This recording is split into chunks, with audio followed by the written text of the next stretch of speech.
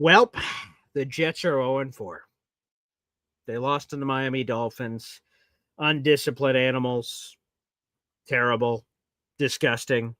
And now the Jets are left desperately searching for answers at 0-4. Our postgame show starts next after this, right here on the Boy Green Postgame Recap and Analysis Show. I'm going to lose my gosh darn bananas. Boy Green Daily starts now. Zoinks! Boy Green Daily, Boy Green Daily, Boy Green Daily. Let's go!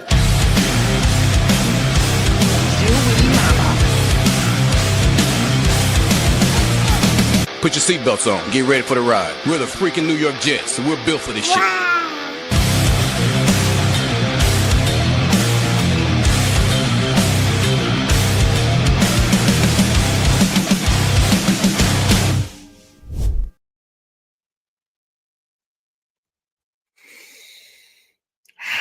Goose Fraba. Hey, everybody. Welcome to the post-game recap and analysis show. I'm your host, Paul Eston Jr., a.k.a. Boy Green. Welcome to the program. We've been streaming for over 6.5 hours today. All for this. The Jets lose 27-21 to the Miami Dolphins. Jets fall to 0-4 on the season. Dolphins get their first win of the season. And the Jets do not record a defensive takeaway in this game. That is the longest such streak the Jets have had, or droughts rather, since 2018. So the Jets have gone 7 years since they've had this kind of a drought from a takeaway perspective. And just absolutely brutal and nauseating. Matt P. asks, can we just not lose the turnover battle, which we lost 3-0? Joshua says 0-4 has never looked this bad. Here are the numbers, and then we'll open up the phone lines here on the show. Here are the numbers. The numbers are tough to stomach. The Jets had 13 penalties for 101 yards. They had over 100 yards of penalties.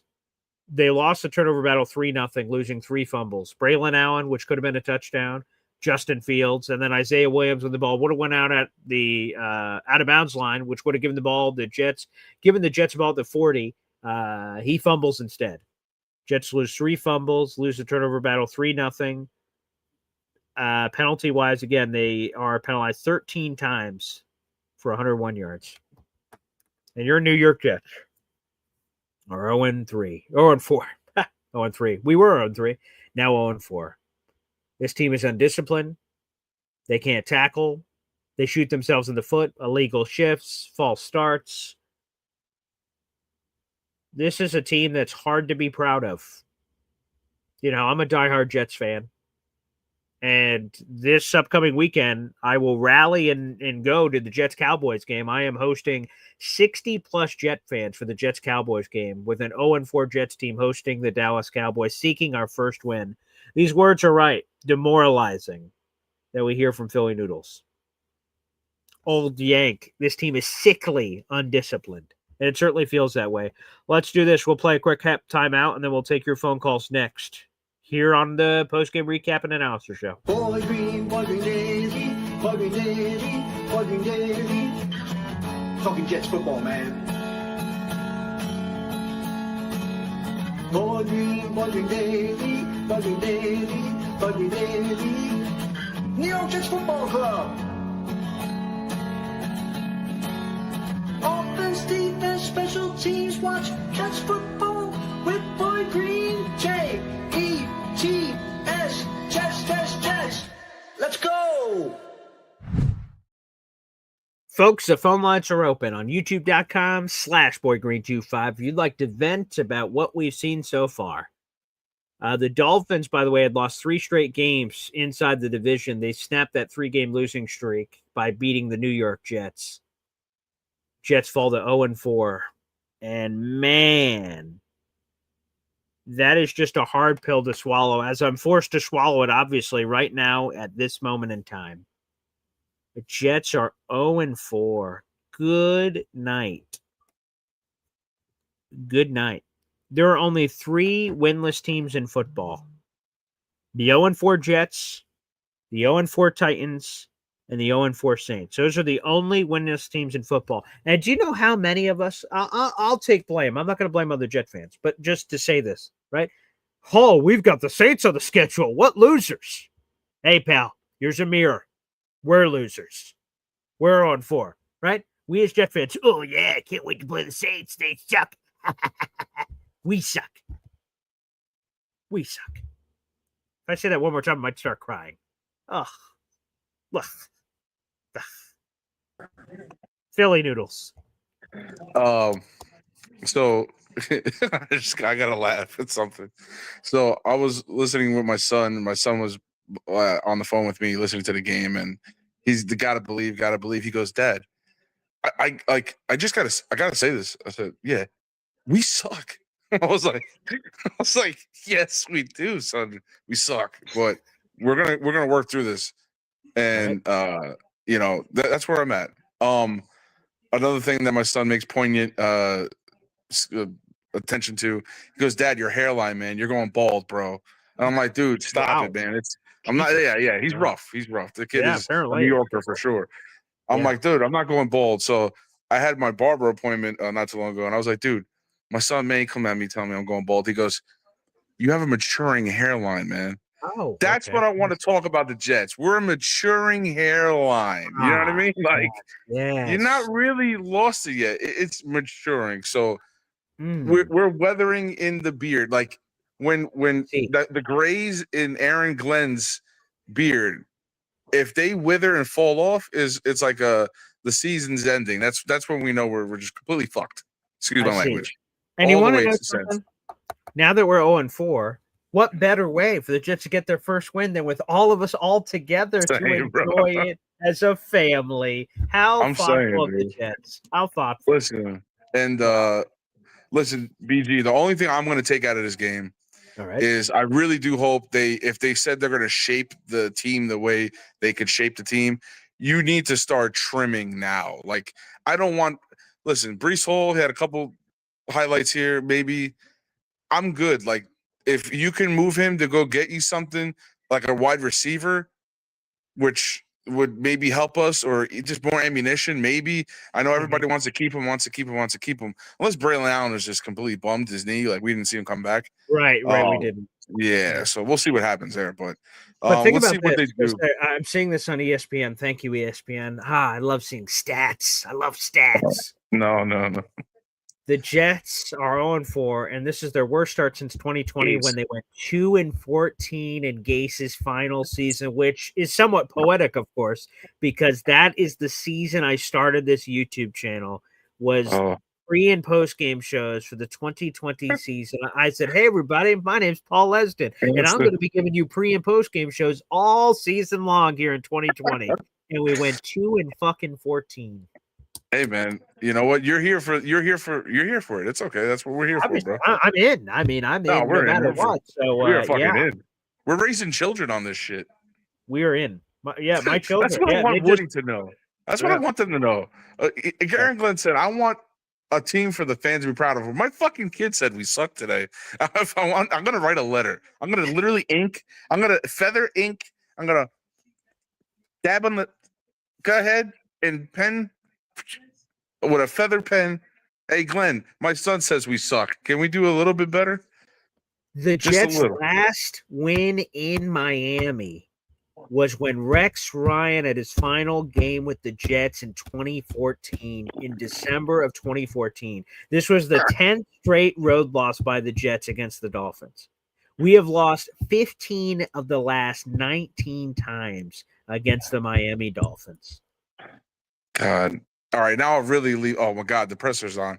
I'll leave you with this so you can evaluate. All right. Well, let me know. You let me know, Phil. You can pay attention to the presser and give me any private chats or anything or in the comment section. Yeah. If you see stuff, let me know what's going on. Appreciate it, Philly. We'll keep going on the phone lines here. Up next is Indy, and I'm seeing they're bringing it live here on ESPN, but I don't have the earpiece in, so I have no idea what's going on. So if you guys see any breaking important news, obviously let me know and we'll react to it. Indy. Hey, BT, can you remind me again of what position Tyler Barron plays? But and here's the other thing, because someone who was it? Rich Cimini on Sunday morning, he writes his column, which has all these nuggets in it.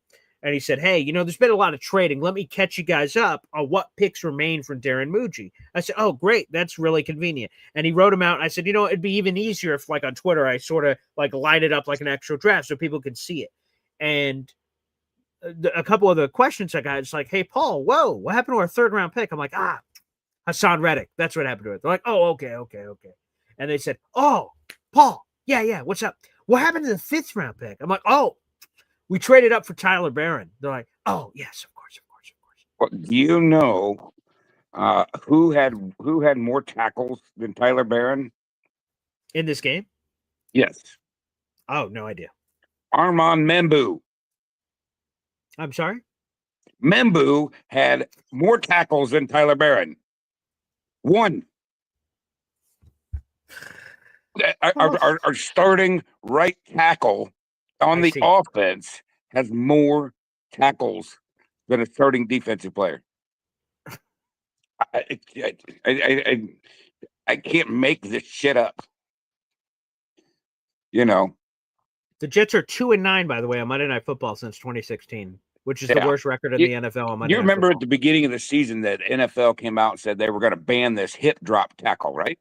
Yes. Yep. Yes. Would you also think that if it was 5 yards out of bounds on a hip drop tackle, that would also be called? I mean, again, the Jets made their own bed. Okay, I'm not saying you're saying this, but I just want to make this clear to everyone in the universe as we're all sort of commiserating together here. They lost a turnover battle 3-0. You don't ever win games when you lose a turnover battle 3-0. But come on, man. I am not. Justin Fields getting mugged out of bounds to Jeremy Ruckert's laying on the ground, the play's over, and a Dolphin just comes over and forearms him to the back of the head, and I'm like, what the fuck? Joe Tippmann's helmet getting ripped off. And that's How do you not called. explain this Okay, stuff? so what it feels like, and I said this a while back, if you remember, the Harlem Globetrotters used to play the Washington Generals every game. And you knew who was going to win the game, and the refs were always on the side of the Globetrotters, and you just knew going into this we're the Washington General fans.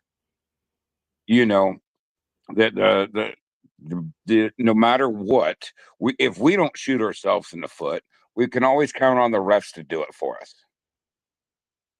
It just seems like it's happened several times this year. And I don't know where to go from here.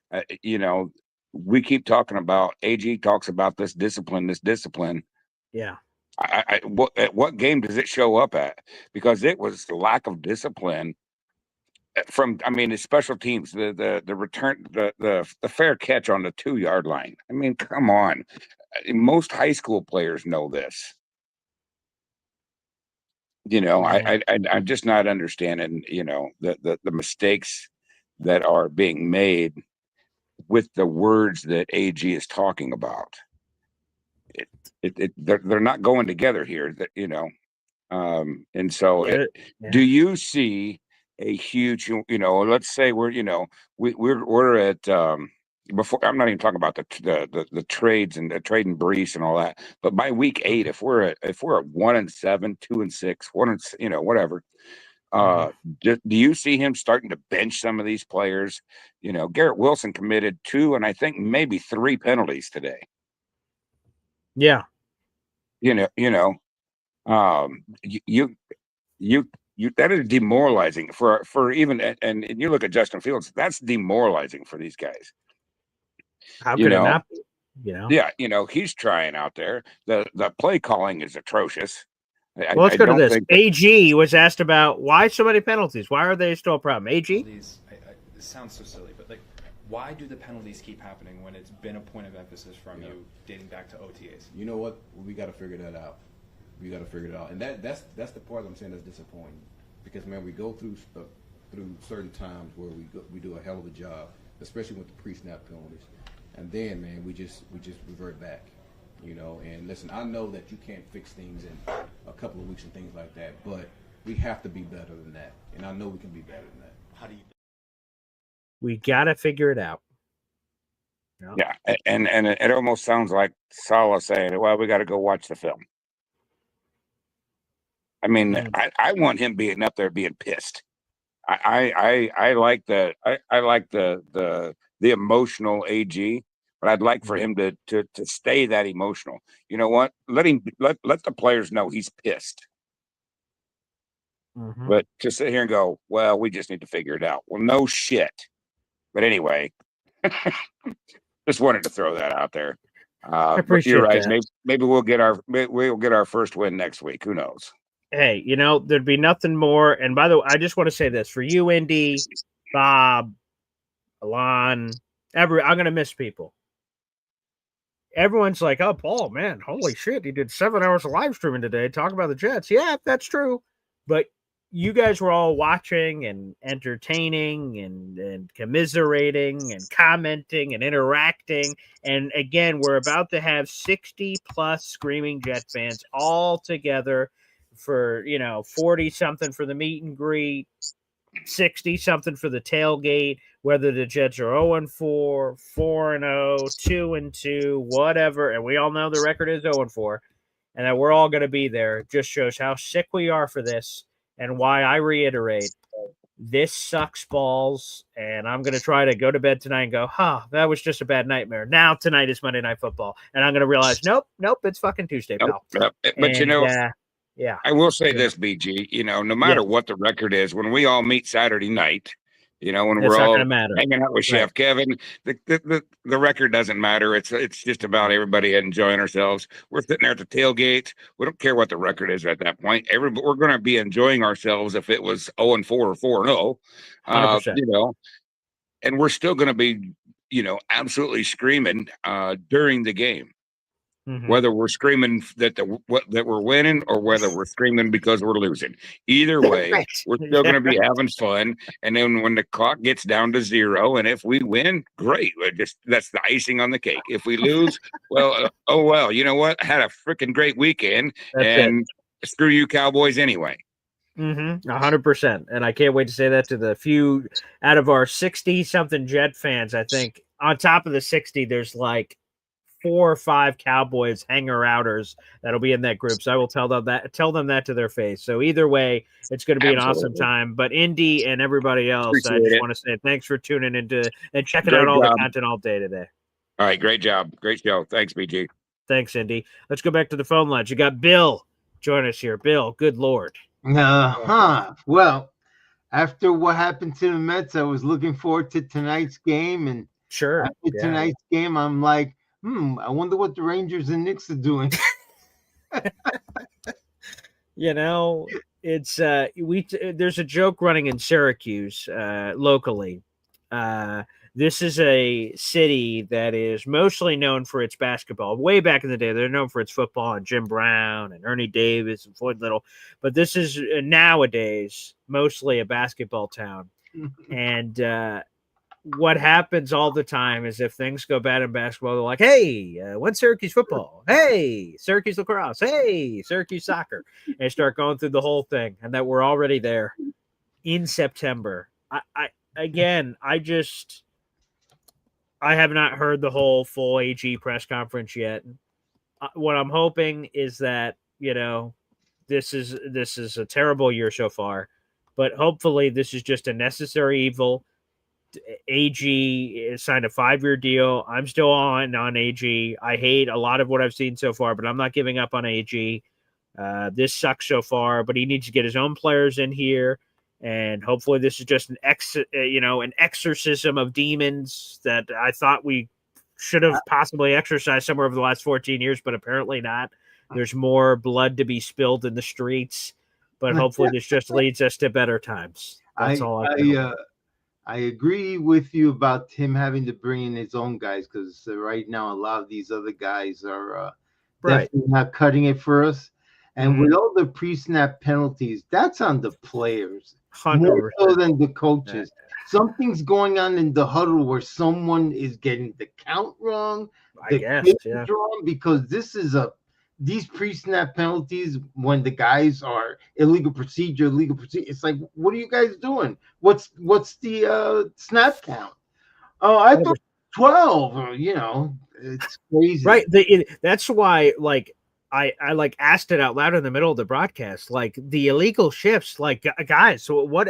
Is someone like, again, to your point, 1 Mississippi, 2 Mississippi, 3 go on some of those like floating ones? So that's all the rage in 2025 is you get Garrett Wilson motioning from left to right. And instead of just stopping, he goes hop, hop, hop, waiting. But all receivers do that. So that's not the only penalty. But it's like something off on the hops, is something off on the counting, like that we got multiple illegal shifts and then it's just shooting us in the foot. Back it up, back it up, back it up, back it up. I just am like, I don't know. I am left without speech to try to explain what's going on here. I don't know if he's listening, but at some point, if this season continues to go the way it has, we're going to have Alon. We can hire him as a psychiatrist. It'll be like everybody gets on the sofa and it's like, well, tell me, delusional.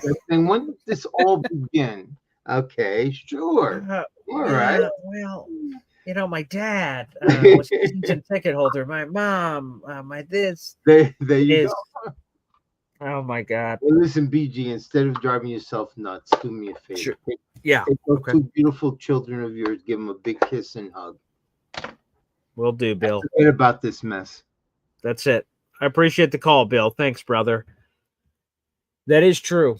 And that seems, you know, not weird. Like, it's great that I have two beautiful children, but like that this football team like makes you stare into the abyss. And they say that's what builds character in a certain movie. And you're just staring into this abyss. And I go and I see my beautiful son who turns 1 in November. I look at my beautiful daughter. She turns 4 in January. I just look at them and say, I have 2 healthy, beautiful children. I've got an outstanding fiance, a beautiful fiance. I've got her sister visiting here, for the week before we go to this Jets Cowboys tailgate. And what did we do, Jets, to deserve this? You know, there's supposed to be peaks and valleys. You know, sometimes we're supposed to be up, and sometimes we're supposed to be down. To not be in the playoffs for 14 years and to be, let me get my reading glasses out 1 second. Teams that drop to 0-4 have a 0.9% chance of making the playoffs, because obviously everyone's thinking about playoffs, right? At 0-4, that's what everyone's thinking about, right? Playoffs? Are you talking about the playoffs? You know what, Grandpa? I'm not talking about the playoffs, but yeah, 0-4 teams have a 0.9% chance of making it. There's supposed to be peaks and valleys being a fan. And it's just been valleys. I haven't seen peaks. If you want to call a peak, 2015 when we win 10 games and then cripply blow it in the fourth quarter where Ryan Fitzpatrick throws 3 picks and then we make it so close to playoffs, but just short. You're a 10-win team that doesn't make it to the playoffs. If you call that a peak, I guess we've had one peak in 14 years, about to be 15 years. Brutal, painful, undisciplined, disgusting, unwatchable has been a popular word in the comment section so far. Unwatchable.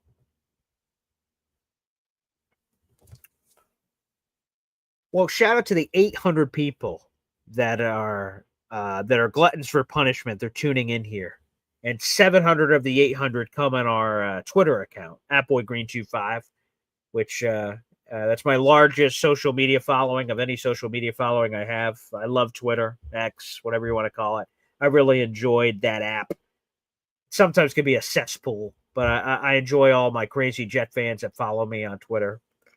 And yeah, folks, this is I'm seeing the highlights or low lights, depending on your perspective, of just Justin Fields like a chicken with his head cut off and the ball just flying free, or Braylon Allen diving towards the end zone and the ball punched out. Isaiah Williams going, yeah, I can return this, and then fumbling. I see Mahar Khalil saying, are we talking about draft yet? God, I hope not, but I guess. What we're going to do is this. We're going to take our alums from social media. As Jet fans, I'm going to continue to wear my Jet shit. I'm going to get shit going to the grocery store, walking outside my house. But I'm a Jets fan, and I don't give a shit. I'm going to continue to wear it. I'm going to continue to support it. I can't wait for a Jets Cowboys tailgate this weekend. This is a terrible taste in our mouth. I can't wait. I'd love to play a game right now. Cowboys, let's line up right freaking now and let's go. after this, which is disgusting. Let's go to our boy here, Johnny Boy, joining us here on the show. Johnny? I said it, man. So this was the game that, bro, I know it's fucking what? It was 0-4 now, right? Yep, and 0-4, yep. It's the Dolphins. They're terrible. They The suck. momentum got destroyed as soon as Allen went ahead and fumbled, right? And this team it's bad, bro. It's they're not disciplined whatsoever. Like, I'm still rocking with Aaron Glenn. Don't get it twisted. But if Aaron Glenn wants to, he needs to do something drastic now. Because think about this. I know, Johnny, you're not going to be at the Jets-Cowboys game, but I'm seeing it on our screen. If the Jets lose Sunday to the Cowboys, of course, totally possible. Cowboys really good. If the Jets lose to the Cowboys and start the season 0-5, that'll be the first time in franchise history they've ever started a season 0-5.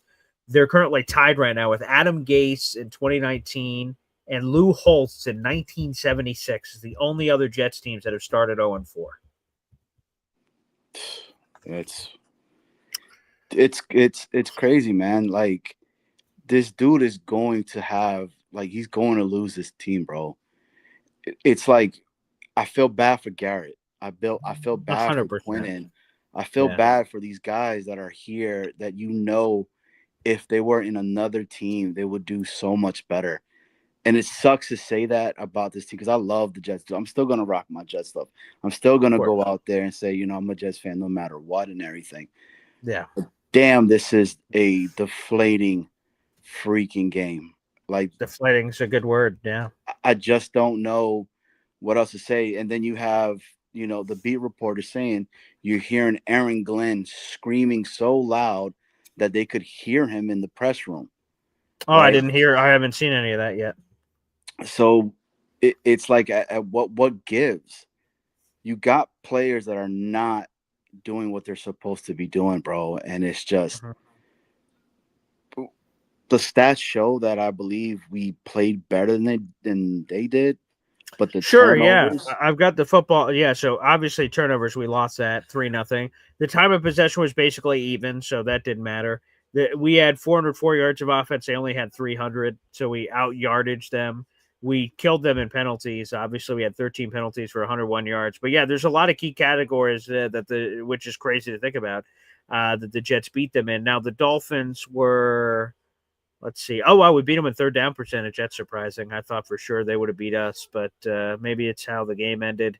There's a lot of things that we so total plays, we basically had the same amount of total plays. We had 7.1 yards per play. They had 5.4. We ran for nearly 200 yards rushing. They only ran for 123. We averaged 7 yards a clip. They averaged 4 yards a clip. We passed the ball for 207 yards. They passed it for only 177. We didn't sack to it tonight, so that's unfortunate. Yep. But yeah, we beat them in a lot of those categories, believe it or not, which is crazy. Yeah, that's what I'm saying. So what does that mean typically, right? We're just not a disciplined team. We're not a team that could finish. We can't finish. Like, we don't know how to win. And I can't believe that it's 4 games to the season and we're still talking about tackling. Yeah. See, this is now. So here's an interesting question, right? So Rich Samini talked about this on his podcast this week. Like, basically, and this is before the game that just happened tonight, that, man, if this defense keeps going this way, boy, Rich speaking, I could totally see Steve Wilkes got fired at the end of the year, but I don't think he gets fired in the middle of the year. But with the issues we're having, whose fault is it? Is it Steve Wilkes? It can't be AG. He's not calling the defense. Is it just shitty players that we overrated? Like, who is it? Someone has to be at fault here. Maybe it's a little bit of everybody and there's no answer, but, like, is Steve Wilkes the guy that has to pay for these sins? And I get it. We're 4 games into his very first season, so that would look, I'm sure, to AG very rash to fire Steve Wilkes. But, man, what the fuck is going on? Like, we need answers to these questions. BG, you're hitting it, bro. At what point do we start holding these damn players accountable, bro? It's them on the field that are doing this. All of them penalties, man. Like, it's insane. And it's penalties where we're about to get off the field, and then boom. Like, there's no discipline. There is just no discipline, and it is bonkers to see a professional football team put this product on Monday night for the entire freaking world to see on how can you not say that this is the same old Jets at this point?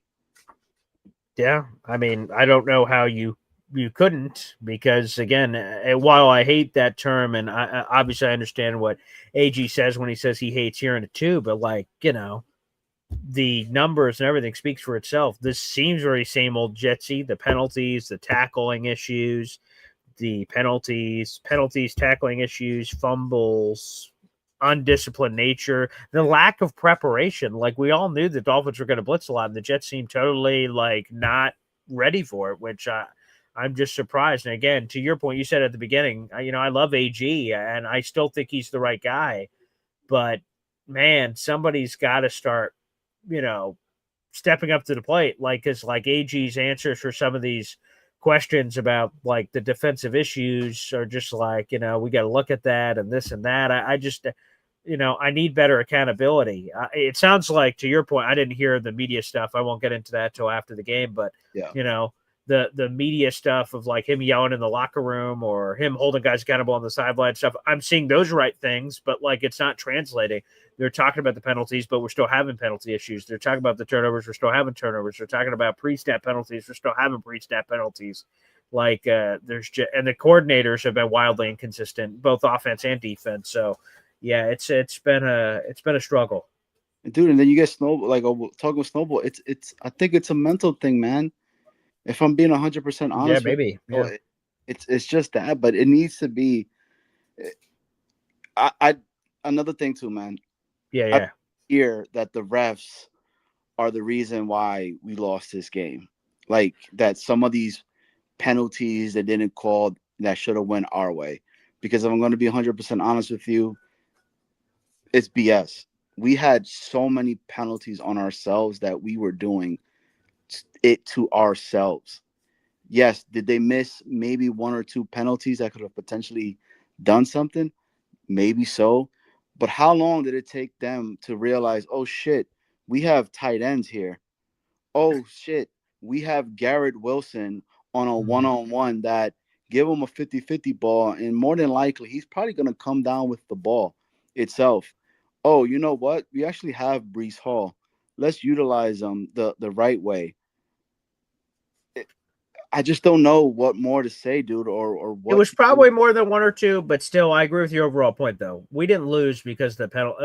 Let me rephrase. We didn't lose because, like, the refs were slanted on their penalties. Like, we shot ourselves in the foot. We lost the turnover battle 3-0. There's plenty of reasons we got our ass kicked. But none of them are like, geez, we got fucked. Like, that's the reason why we lost. I don't believe that whatsoever.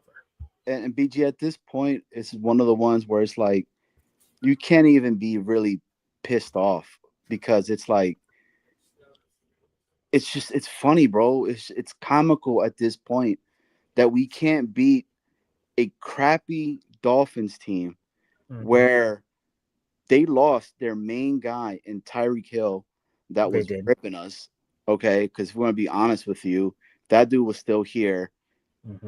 This is not as close as a lot of individuals are going to think. We were giving them great field position. Of course.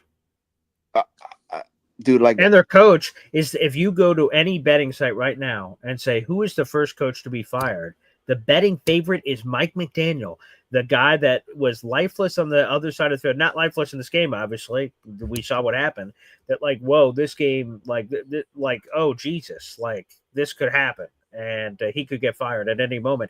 I had NFL insider Matt Lombardo on the, I was going to say pregame show, but it was on this, not this one. I guess we're on a postgame show now, but on the live stream at the beginning, he said if the Jets beat the Dolphins here and sort of embarrass them, Mike McDaniel could get fired tonight. And I was like, oh my God.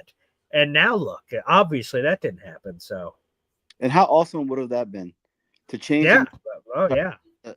Even if let's just say we go against the Cowboys and we get our tails kicked there, right? But we have this W under our belt to be like, we're beating the teams that we're supposed to beat,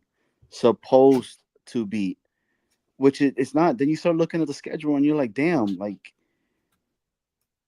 can we win? Like, where, when, how? Well, we can't point to anyone, right? So, like I mentioned it. Here it is. There are 3 winless teams in football right now. It is the Tennessee Titans, it is the New Orleans Saints, and it is our New York Jets.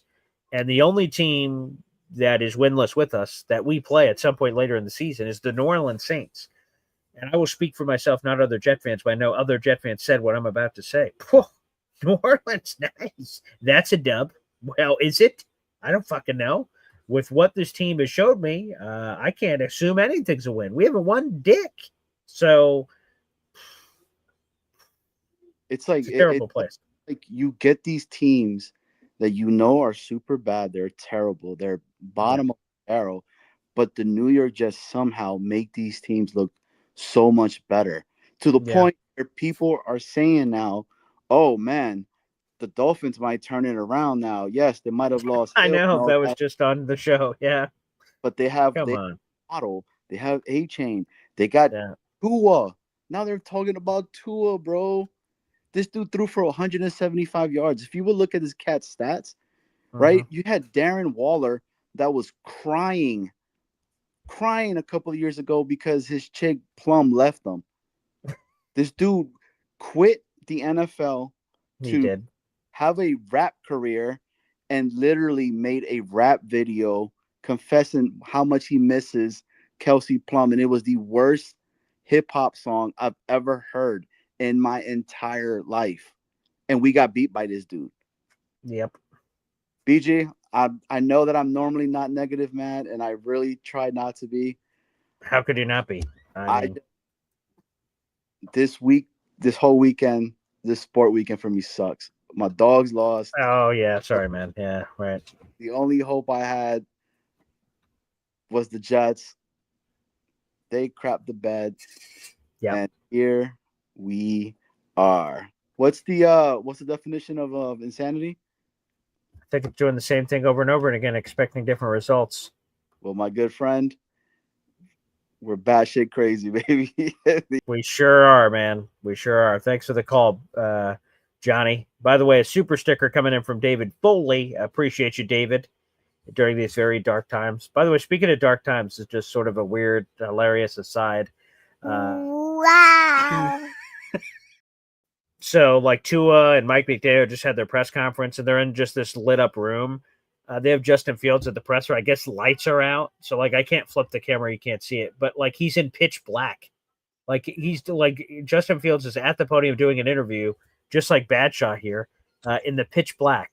Like, is this Justin Fields on the screen right now, or is it Badshaw? I don't know, because literally the same thing is currently on ESPN right now of him there just in darkness. And I obviously can't hear whatever the hell is being discussed, but what in the world is bleeping going on? I have no idea. David Foley, by the way, with your previous super chat combinations, you're up to 8 raffle tickets so far this month. Tomorrow/today. Oh, it's 11 o'clock. It's not. It's earlier than I thought. I forgot we had the 7 o'clock start, not 8 o'clock start. Tomorrow will be the last day for raffle tickets for the month of September. Badshaw, what's up, brother? Man, it just comes down to I just want to see better play calling, buddy. I'm sick of it, man. I mean, we got to watch. We didn't have the Jets at our attention Sunday, so we could watch whatever games we wanted to. Yeah. I just see so many teams just. I don't know. I mean, even like the Eagles. Did you like those touchdowns? I did. At the goal line. I mean, they just look so easy. And I'm telling my wife, I was like, if that was us, we would have got blown up on that play. Like, I mean, it just never fails. And, another thing is, it's like every time we make a play, I just sit there before I celebrate and I wait for the bottom of the screen to turn yellow and say flag. And I'm like, and it's like every time. It is, I mean, Garrett Wilson, dude, he had that sick catch, and then he redeemed himself Yeah, right. He got the other one later, which was cool, but man, if he would have had two, if he would have both of those would have counted, oh my gosh! But right, yeah. I mean, is there? Be honest with me. Is there a guy on our team better than Garrett Wilson?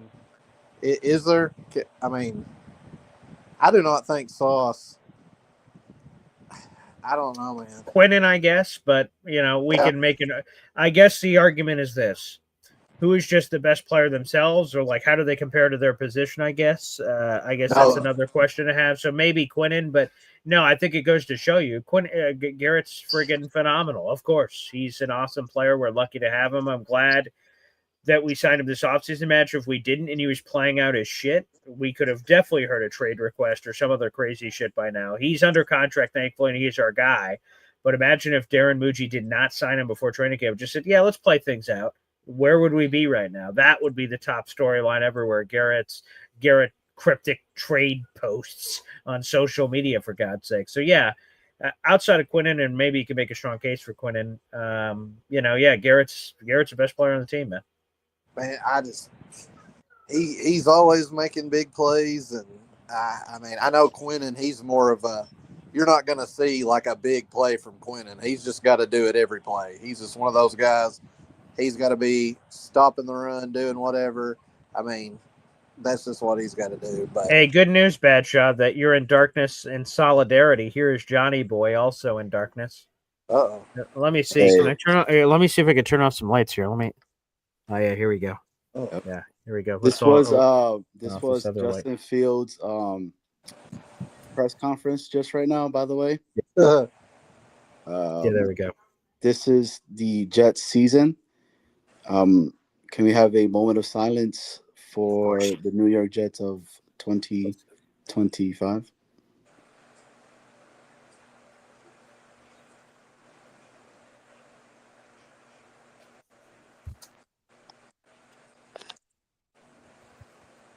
Yes, we can.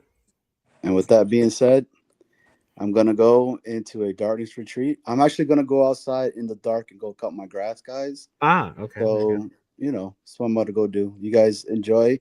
Badshaw, can you please make sure you leave some juice for me because I'm kind of thirsty? Thanks, man. So, sure. That guy. Wow. Always. Well, I'll tell you this, Badshaw, as we continue to do this show in the darkness, that I'm looking forward to seeing you. And I know others have said the same thing. I've gotten stuff outside of the show like, oh, man, I can't wait to meet Badshaw and his wife. That's going to be cool. I'm like, yeah, man. And then someone just said, oh, Hep's. I'm like, yeah, fuck, Hep's going to be there. I'm like doing power rankings in my own head of like all these people I'm going to see. Oh, shit, DMY for life. Oh, shit, Hep, Badshaw, this person, this Indy, boom, boom, boom, boom, boom, Philly Noodles. All these people I've never met in my life before. And that, like, this weekend, again, regardless of record, we're all going to be there for the meet and greet the night before and all this other shit. And we're all going to be there. And that is going to be the coolest thing of all time. Again, I hope, there's a lot of work that goes into this sort of thing. We're reaching out to the Jets and all the T-shirt orders and going through those and the tickets and the parking passes. There's a lot of hoopla when people want to go to these Jet games with a bunch of people. But it's all going to be worth it. I can't wait to see all you guys here in a couple days. Hey, you know what the first thing I'm going to say when I see you? What's that? Pass me the fucking BGD. Yeah, we got to work on that new name.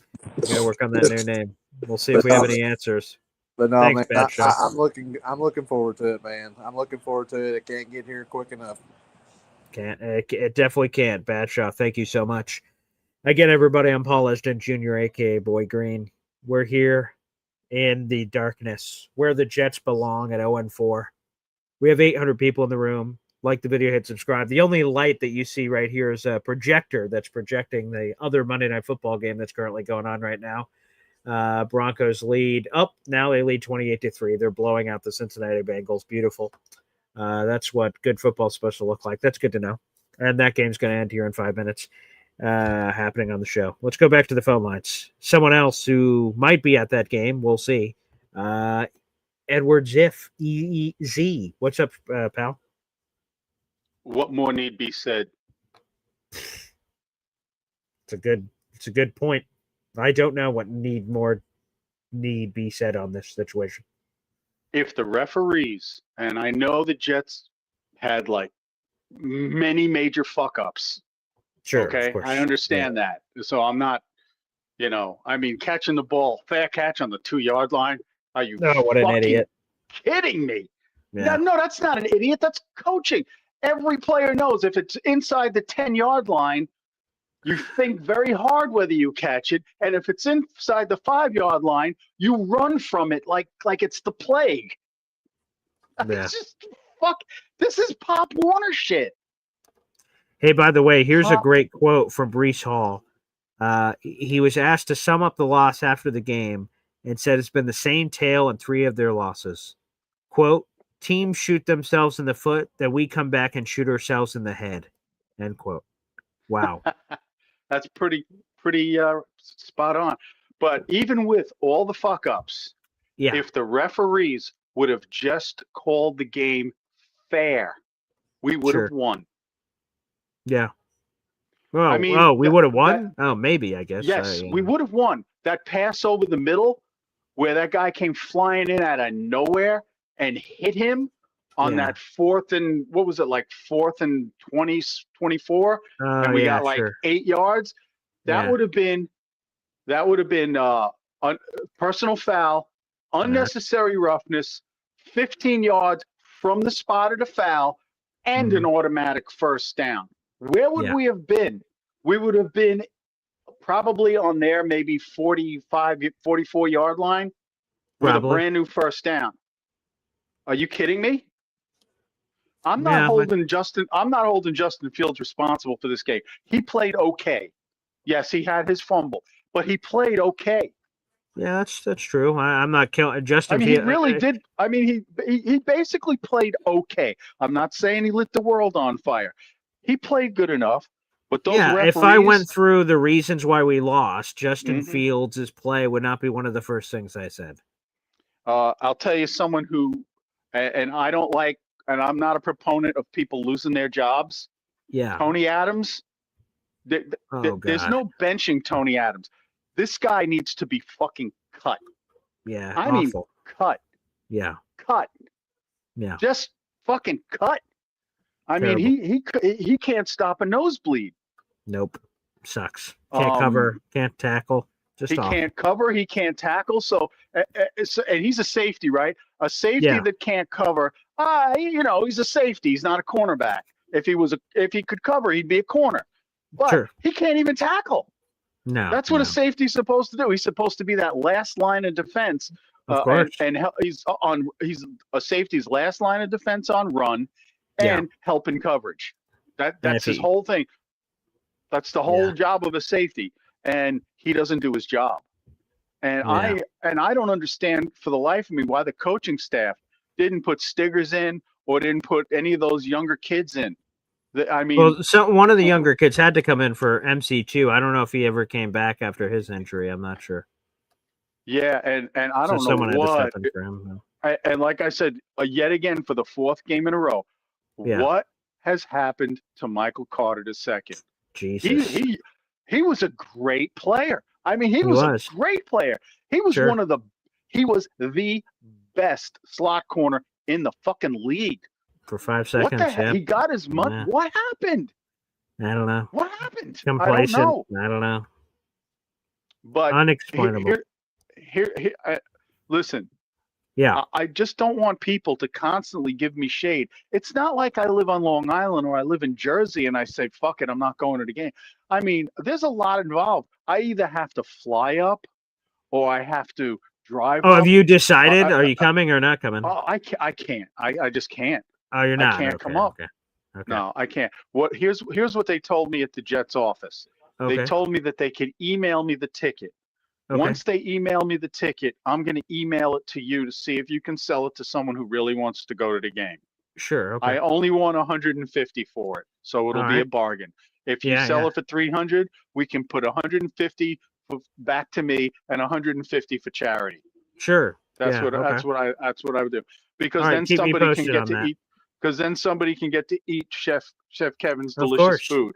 And I'm telling you, I'm upset, but I wanted to go. I legitimately wanted to go. But I don't think it's fair that that the other people in the group are giving me shit about it.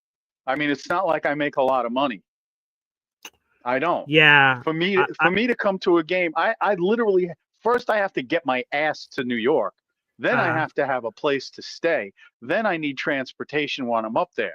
So, I mean, there was talk that maybe I told you I was talking with Neil, and Neil said he had some frequent flyer miles, but then he was like, Ed, he's like, do you really want to come for this? And I was like, no. He's like, I agree with you. You shouldn't. Oh, there you go. It's not. Badshaw just commented and he says, I live in Arkansas easy. I live further away than you do. Well, does Badshaw make a lot of money? Does Badshaw have diabetes? Sure. Does he have diabetes?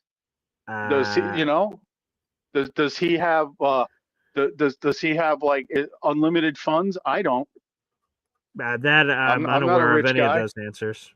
I'm unaware of any of those answers. I work part-time and I'm on Social Security. It's not like I've got unlimited funds. Right. Yeah. And like I said, I can't control. I got my truck. I got a new car payment. But the saddest part of this is I really wanted to go to meet everybody. I really legitimately wanted to do it. But I just can't justify the trip because I think we're gonna be 0-6 before we win our first game. I don't know that we can beat Dallas. It's going to be a Dallas home game. 0-4 Jets. It's going to be a Dallas home game at MetLife. I mean, ask your father. Hey, Badshaw's you tell me what here. your father thinks. Hey, what's up, Badshaw? So easy. Listen, dude, I don't have a lot of money. I can't afford it. I know. I already bought the ticket. If I could afford to come, I would. But if I go up there, right, it's going to literally cost me. No, I already paid $300 for the ticket. It's literally going to cost me $500 to travel up there for gas and tolls both ways and a hotel and food. I can't afford it. It's a simple matter of I just can't afford it. I would love to come up there. And I know people are joking around saying it's not EZD anymore, it's BGZD. Whatever they want to do. You can kill me all you want. I've been a Jets. I'm 64 years old. I've been a Jets fan since Joe Namath. Okay? I love the Jets. If you cut me, I bleed green. But I can't come up and watch this stuff. I'm going to have a fucking heart attack. I just can't take it anymore. Did you see what I saw today? We could have still, as shitty as we played, if the referees would have called the game fair. Just fair. I mean, there were 3 personal fouls that they didn't call on for us. 3. Okay? I mean, you talk about this league wants to protect the quarterback. You have Justin Fields coming back. His first game back from concussion protocol, and he gets tackled out of bounds, and they don't throw the flag. Not maybe it wasn't the most egregious out of bounds tackle, but he's a quarterback coming back from concussion protocol. The league has to set the example for that. Don't you agree? Oh, he left.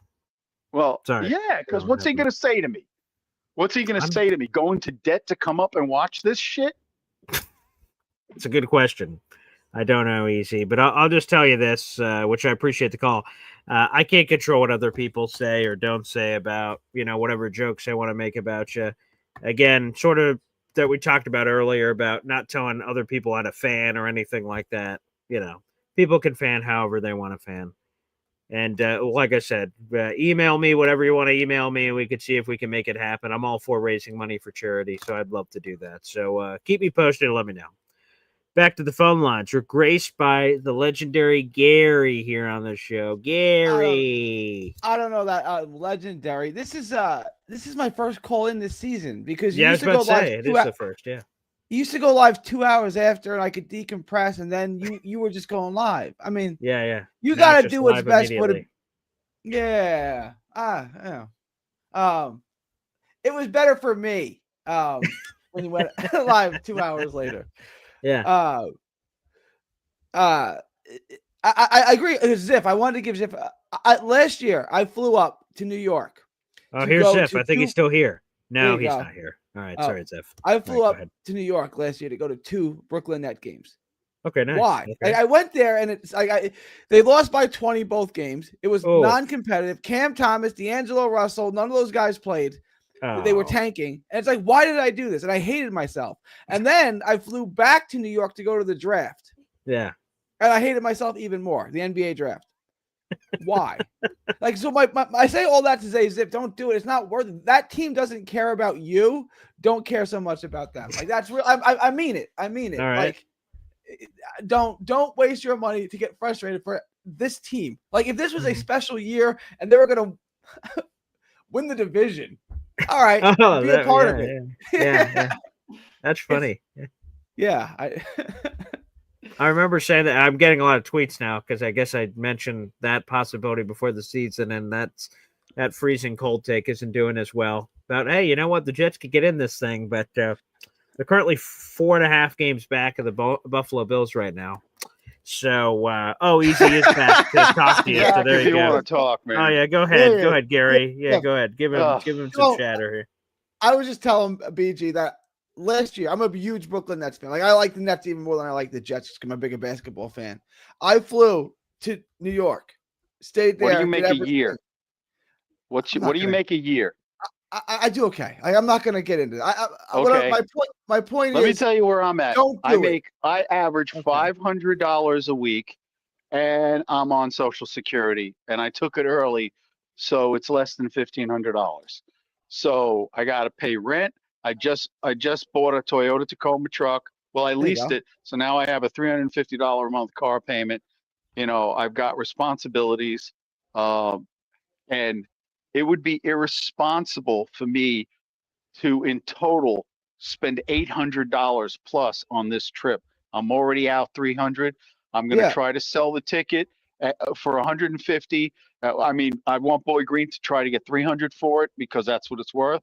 But I only want $150 out of it and give the other $150 to charity.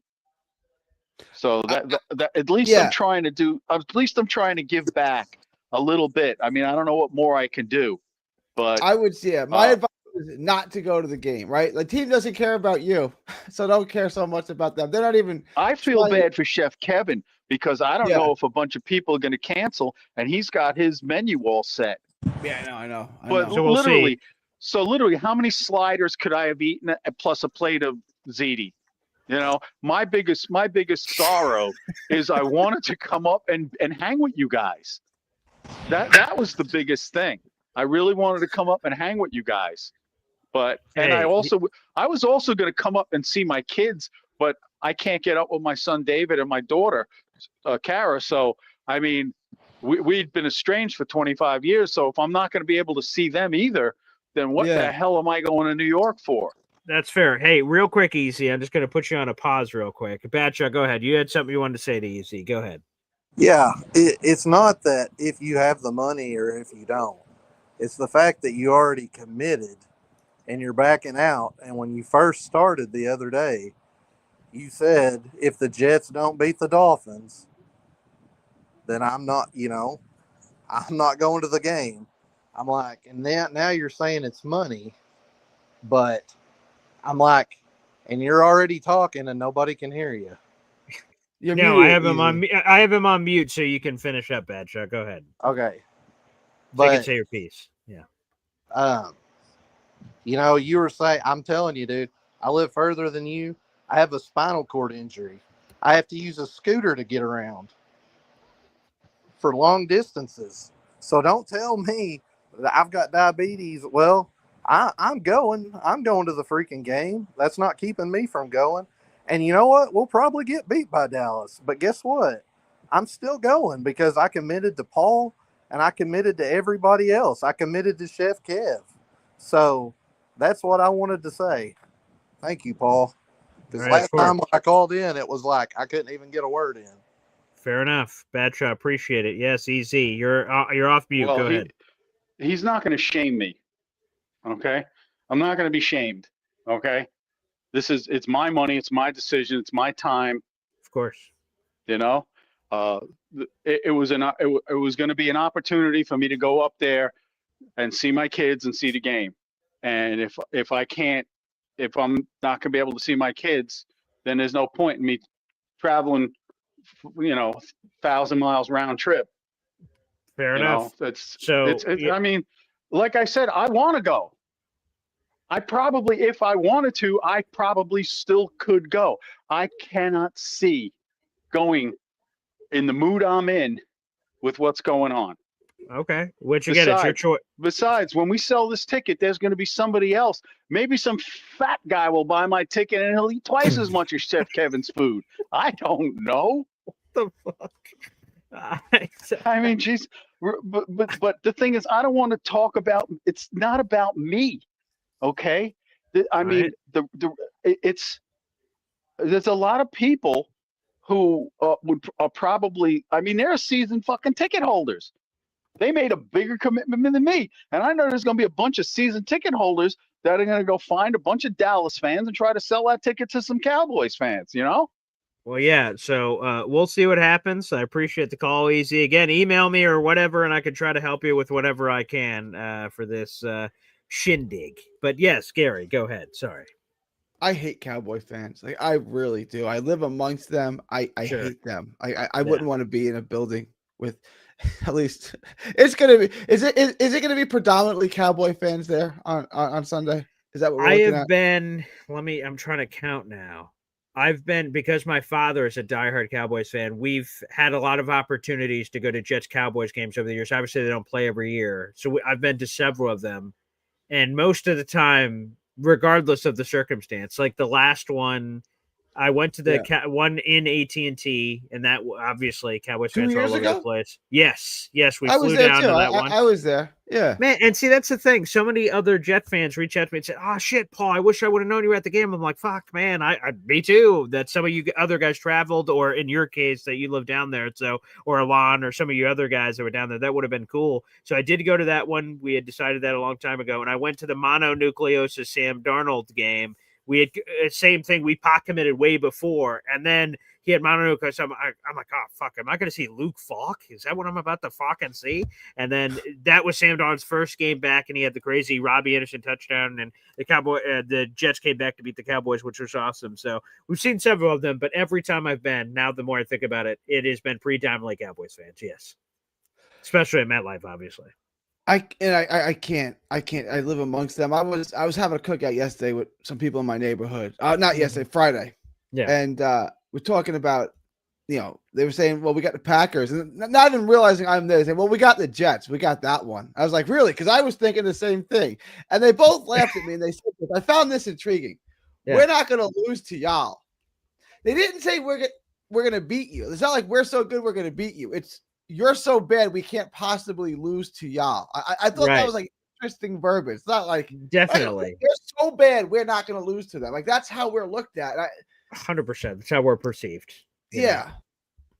And I want to get to a place where we're no longer perceived that way. Obviously, I don't know if that's anytime soon with the Jets 0-4, losing to a shitty Dolphins team that is not very good, but we'll see whatever they attempt to turn around their season to be. I think Mike McDaniel still inevitably gets fired at some random ass point coming up this season, but like it just sucks to continue to be in this shitty position where we are perceived in that way. And I can't blame Cowboys fans or anyone else. The Saints are probably like, well, at least we're going to fucking beat the Jets. I'm sure that's what they're fucking playing in New Orleans, for God's sakes.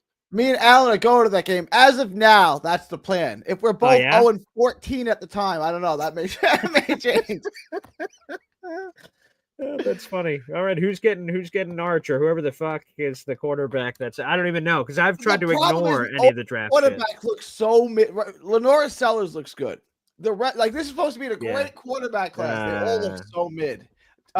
Nico looks like trash. Arch looks like trash. Nessmeyer looks meh. Drew Aller looks meh. Like no one looked. All of those names, right? Like if you would have asked me 6 months ago. I would have said you have 5 quarterbacks at least in this draft better than Cam Ward. Now they all look like trash, like all of them, except for Lenora Sellers. They all look bad. I'm like, ugh. I don't even know. Go figure. Like let's be honest, we've needed a quarterback for like every year since goddamn Joe Namath, for God's sakes. But the one year that like it is really not looking good for our record this season, and we'll see. Who knows what can happen, I guess, in seasons, but like that it's looking this awful, and that our motivation at some point, maybe for some people it's already hit. Well, there's the draft and we stuck a quarterback. Maybe someone's going to be there. And now that all this shit is happening right now with oh God. Jesus. I don't even want to like go through this again, draft a quarterback who sucks, and then everyone says, well, give him 3 years. Now I gotta piss away another 3 years on a bad quarterback. Like when they took Zach, there was no way Zach could play in the NFL. Like if you ever watched him at BYU, if you watched him for one game, you knew there was no chance he could do this in the NFL. Right? Yeah. Like he couldn't do it against high-level college players.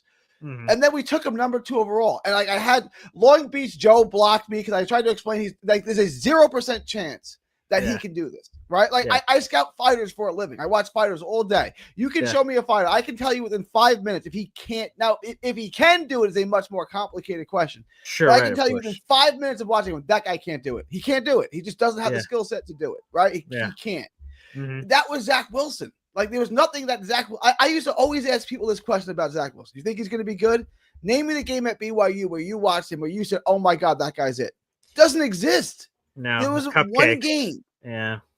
Like Justin Fields looked like the second coming against Clemson in the playoff. Oh, 100%. See, we just said the same game. You just brought him up for 3 seconds and we made like, oh, Clemson. Like, come on. You do the same thing with Pat Mahomes. When Pat Mahomes lost to Oklahoma 70-63 and had 8 touchdowns, and then 2 weeks later he did it against Baylor, and then the next week again. Like you can run these games off. If you think that Zach Wilson is a good quarterback, give me the game where he knocked your socks off, where he wowed you and said that's the guy. It doesn't exist. No, it just plays. It's 100% plays, right? And even then, you can really fine tooth comb plays and say this. Can't even pick full games. It's true. With Darnold, you go back to his freshman year where he took over for Bear, and then they ran the table. They beat Penn State, like they beat 3 top 10 teams. I think. Like it's like wow, look at this kid. But like there was potential in Darnold. Like I was stoked when they drafted Darnold. Like okay, I was shocked. I never thought he would be there at 3. I thought the Giants, all the Saquon Barkley shit, I'm like, yeah, okay, but they didn't know Sam Darnold would be there. Nope, that's still Saquon. 1, we all thought it was Sam Darnold until like a rumor like a day before the draft, Baker. I'm like, no fucking way. Then they took him like, holy shit. And then we're picking there at 3 that we had traded a month ahead of time, and he just seemingly fell in our lap. We're like, wow, good things never happen to us. Wow, this is terrific. And then fucking everything that happened with Sammy. So the good thing was that if the Giants would have took Darnold, the Jets would have taken Rosen. Oh, that's true, and he would have been worse. Right? Because at least Sam, we 2-4-6 with Carolina, and we salvaged some. Again, it sucked. How everything worked out, but we salvaged something. Josh Rosen was out of the league instantly. Oh. Somehow Zach's still in the league, and Zach is 1 hit away on Tua from going in a game. Again, we that's the one revenge thing we never got tonight, of course, is Zach coming in the game. But like the Dolphins not only signed Zach, like he wasn't a practice squad signing. They identified him reportedly and said he's clearly the best backup we want, and let's sign him. And he got decent money, $5 million or something, and he's our guy. And we'll see at some point because Tua is not going to stay healthy. So at some point, Zach's going to come in, and if Mike McDaniels is the whisperer of all offenses, and Zach shows halfway decent, then okay, then we're all eating crow, I guess. But like that's just so fucking unbelievable. Okay, like we're not eating crow. If it takes the whisperer to make a number 2 overall pick adequate, that's not a good quarterback. Yeah, right? yeah. Like number 2 pick could just be good. Yeah. I'm definitely over, dramatizing, and we're not eating crow like the Jets clearly missed. And what an idiot! I just mean that if he ends up being anything more than nothing, that to me is still like, wow. Okay, there you go for ZW. We'll see.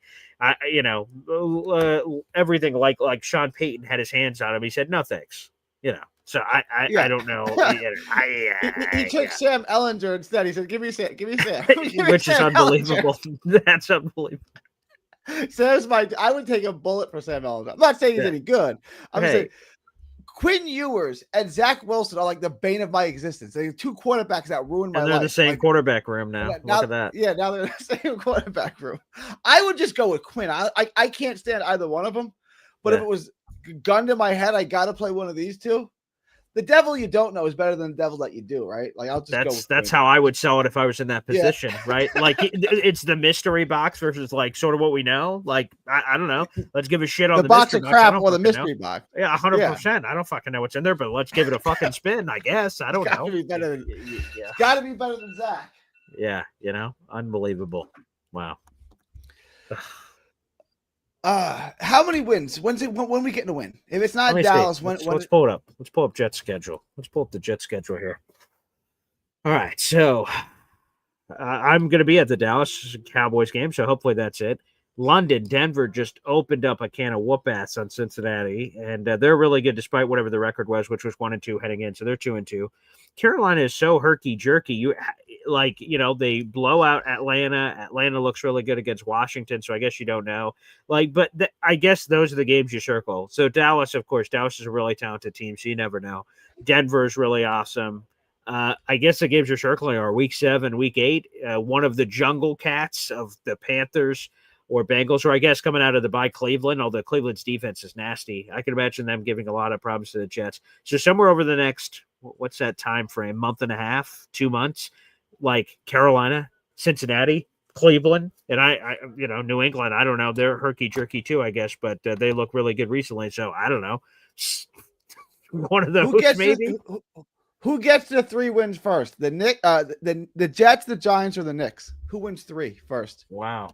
Well, the Giants Probably are already. The Knicks, right? Yeah. I was just about to say, actually, because I've seen that Giants schedule several times. Let me take another peek at Giants just in case I'm missing something. Oh God. Oh yeah, that's not happening. So they could beat New Orleans. Let me see. Oof. I don't know where the fuck that third one's coming from. I'm looking on the schedule. Oh boy. Yeah. Okay. So Giants, let's punt on you, buddy. Let me look back at Jets. Ugh. They could do it, but it's. Yeah, because like I said, again, depending on which Carolina team you get, like if you could, I don't know if Steve Wilkes is still the defensive coordinator at that point, but like winnable games, Carolina, Cincy. But I'm sure they're looking at us the same way. But Carolina, Cincy, New Orleans, you're telling me at some random point, some combination of those can't happen. So maybe, probably Knicks. Probably Knicks. Probably Knicks. I don't know if we get to 3 wins this year, honestly. With how it's looking, I don't know. This is just spiraling. Like if we lose to Dallas, we're 0-5. At 0-5, the wheels. Did you hear that stat earlier? So the Jets yeah. Okay, so here it is. The Jets are 0-4 right now. That's tied for the worst start in franchise history with Adam Gase, his first year, and Rich Kotite, 96. If the Jets lose to Cowboys, which is totally possible, I don't even know what the line is. Okay, take a guess. What do you think the line is for that game if it's out? I would say, even at home, I would say Dallas is favored by 1.5. Let me see. I think it's even more than that, but let me see. Is any line out? Okay, I don't see a line out yet, so I'll try to see if I can find that in a second. See a line out before we start. I would say Cowboys by like 3 or 4.5. Maybe even more. We'll see. But if the Jets lose to Cowboys, which is totally possible, the analytics and all that say that Dallas has a great chance of winning. If they lose, that'll be the worst start in franchise history. The Jets have never started a season 0-5 before, apparently. That's hard to believe in all our years. Yeah. Right. I know. So, that was ESPN. They said our 2 worst starts ever are 0-4, which we're currently tied with, an Adam Gase year and a Rich Kotite year. And that's it. Wow. Now, I don't want. Wait, that can't be right. Oh no, because that was the Gase year. I guess we started 0-13 or whatever it was. So I guess that one still counts. So I guess we'll see. Unbelievable, brutal. This is the Mets last night. The Nets season's already over. I'm already doing mock drafts on my Nets channel. We're already drafted. So that season's over. And now it's not even. It's still September, and the Mets and the Jets season is over. Like to me, I don't know. 0-4. You're not. They're not good enough to go 9-5 from here on out, so it's over. Yeah, what is it? Teams that are 0-4 have a 0.9% chance of making the playoffs. So that seems unlikely. So you're telling me there's a chance? Right. Well, we would here we would know our wide receivers coach Sean Jefferson was on that last team that went to the playoffs after starting 0-4. He was on the 1992 San Diego Chargers. It started 0-4 and turned around and made the playoffs. So if anyone can argue it in the building, I guess it's Sean Jefferson to the team. But I haven't seen a lot of inspirational signs that tell me that we're right on the precipice of something here. So yeah. So I'm saying there's a chance. That's what I'm saying, Gary. I'm saying there's a chance. Wow. All right. And I thought Fields played very well, especially in the second half. Yeah, let's see. Of the list of things to complain about, Justin Fields should not be on your list.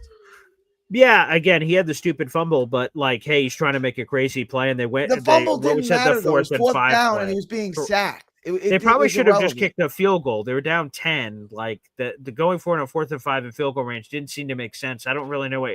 Again, I haven't heard AG's presser because we did this show immediately after the other show, so I have no idea what AG's explanation was. If we don't get it, I'm sure we'll get it tomorrow when he reviews the tape. But yeah, he had the bad fumble. But to your point, it was on 4th down, so whatever. And then that's it. I mean, everything else from Justin was again. If I list all the things that fucked up the Jets, from penalties, turnover, bad, this, I'm naming 30 things before I get to Justin Fields.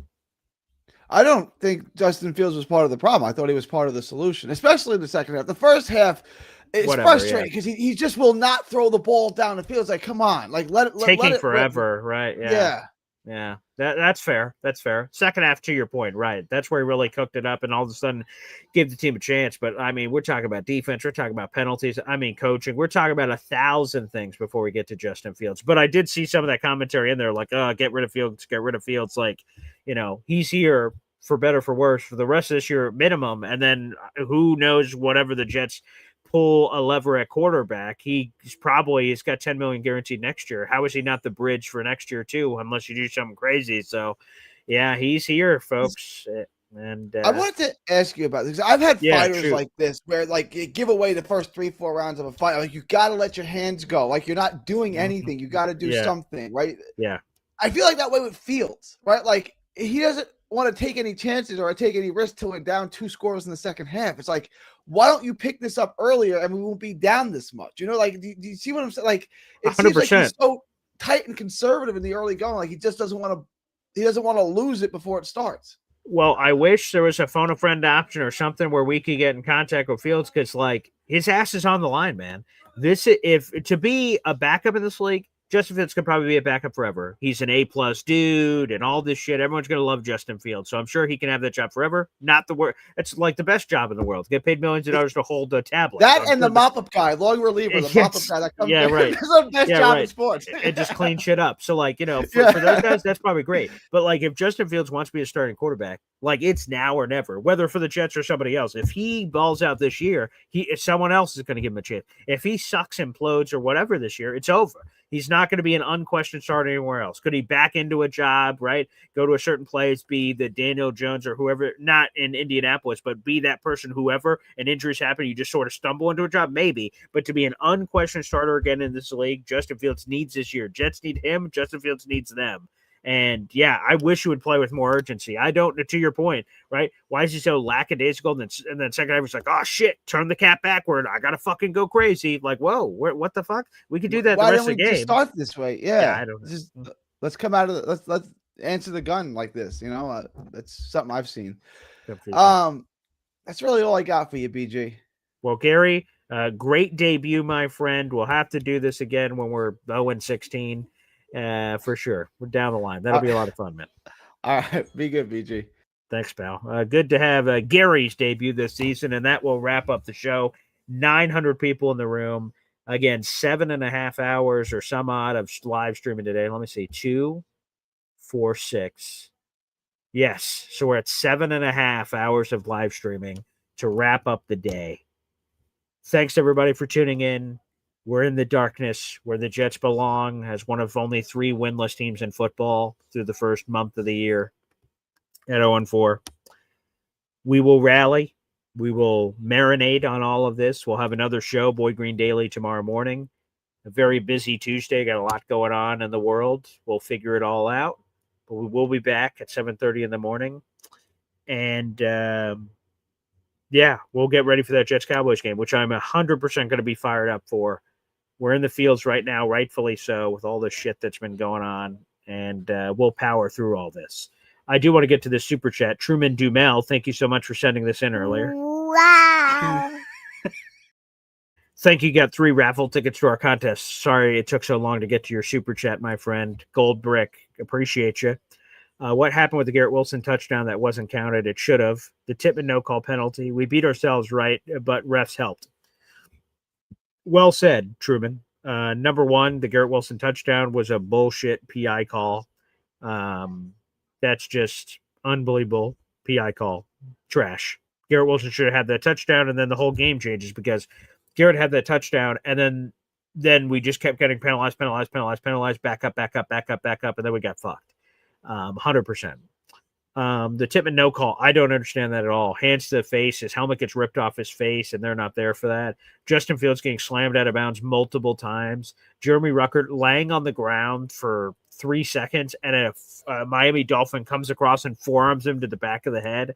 I mean, the refs fucked up a lot. Again, the Jets didn't do themselves any favors losing the turnover battle 3-0 and all the other shit, coaching, all kinds of terrible things the Jets did. But the refereeing and officiating was disgusting.